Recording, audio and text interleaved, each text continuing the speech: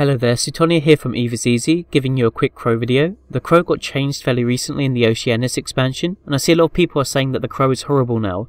Even though I personally feel different, I think that the Crow with rockets is actually in a much better place than when it was before, because of the application bonus no longer being locked into kinetic. That said though, I think that the Crow is a bad interceptor for solo. Like many of the other tackle interceptors, it just doesn't do enough DPS. The DPS is too low for the kind of fights that I like to take.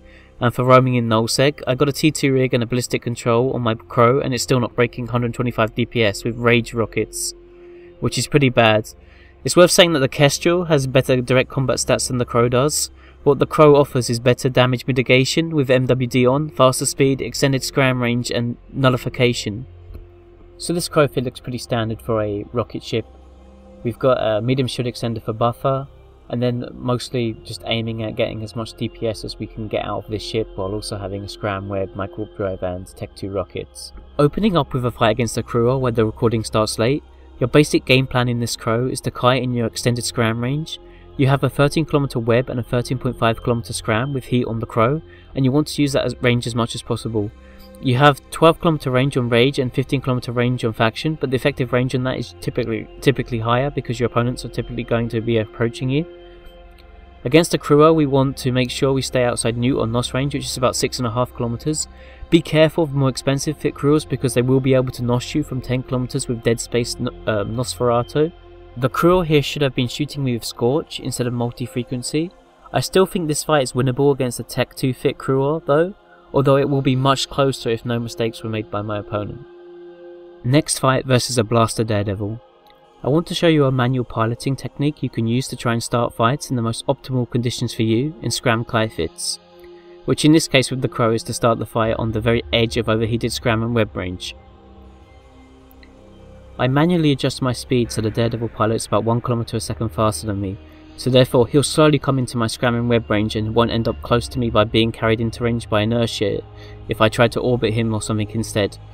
Because the Daredevil's burning into me, he's also taking my rocket damage while doing this, and this is giving me an advantage before the fight even starts. Because of this, I'm able to start the fight on the very edge of Scram and web range and get a good orbit established. By the time he has scrammed and webbed me, and my inertia has stopped, I'm almost 10km away and already have him in low armor.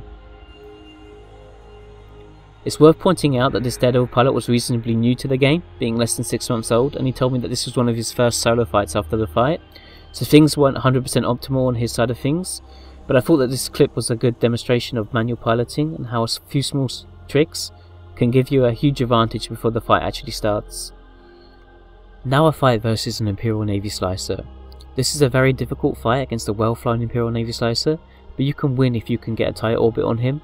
Remember that while the Slicer is powerful, it doesn't get a tracking bonus and you have tracking independent rockets which you can combine with your Microwarpdrive signature radius penalty reduction on your ship to mitigate a lot of damage. The fight still ends up being pretty close however. I think that it's better to leave MWD on in this case as you have a 75% sig reduction bonus with MWD on, and if you turn off the Microwarpdrive, the inertia from your orbit will probably put you at 4 to 5km and you'll take 4 to 5 good hits from the Slicer before you re-establish orbit. And if he's good and double clicks in space, he can probably still track you with multi-frequency. I'll leave you with this last fight, which is actually very interesting in my opinion. I'm fighting a Rocket Vengeance, which is probably one of the worst ships you can ever fight in a 1v1 as an interceptor.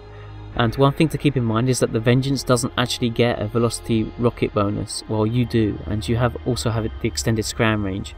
And if he's approaching into you and you're moving away from him, it's very possible that if he doesn't have Javelin rockets loaded, that you can kite him outside of his damage range completely while applying all your damage to him. Unfortunately I ended up getting a phone call mid-fight here, a lame excuse I know, and so end up messing up pretty hard here. The Vengeance pilot flew really well here too, and he did a good job of dipping in and out with heated MWD and mids to get me close where I wouldn't be able to escape from his shorter rocket range.